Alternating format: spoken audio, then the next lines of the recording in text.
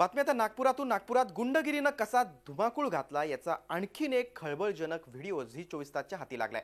नागपुरातील क्लाउड 7 बारमध्ये आमदार पुत्रांनी घातलेला हैदोस। नुकतीच ही घटना घडली होती, त्यात एका तरुणाचा झालेला खून। या घटनेला आठवडा देखील उलटलेला नाही। तोच नागपूरच्या हॉटेल ओरिएंट ग्रँडमध्ये तिघा गुंडांनी तोडफोड केली आहे। तिथल्या कर्मचाऱ्यांना देखील मारहाण केली। क्लाउड 7 बारमधील घटनेमुळे या तोडफोडीकडे कुणाचं लक्ष गेलं नव्हतं, मात्र या घटनेतील गुन्हेगारांचा धुडगूस हॉटेलच्या सीसीटीव्हीत कैद झालाय।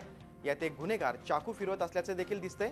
शहराच्या अशोका चौक येथील ओरिएंट ग्रँड हॉटेलमध्ये रविवारी रात्री पावणे 12 वाजता आलेल्या तिघा गुंडांनी हॉटेल कर्मचाऱ्यांना मारहाण केली। या हल्ल्यामध्ये हॉटेल कर्मचारी निखिल चौधरी आणि चौकीदार सय्यद ताहिर अली हे दोघे जखमी झालेत। हॉटेलमधील एका कर्मचाऱ्याला गैरवर्तन केल्यानं नोकरीवरून काढण्यात आलं होतं।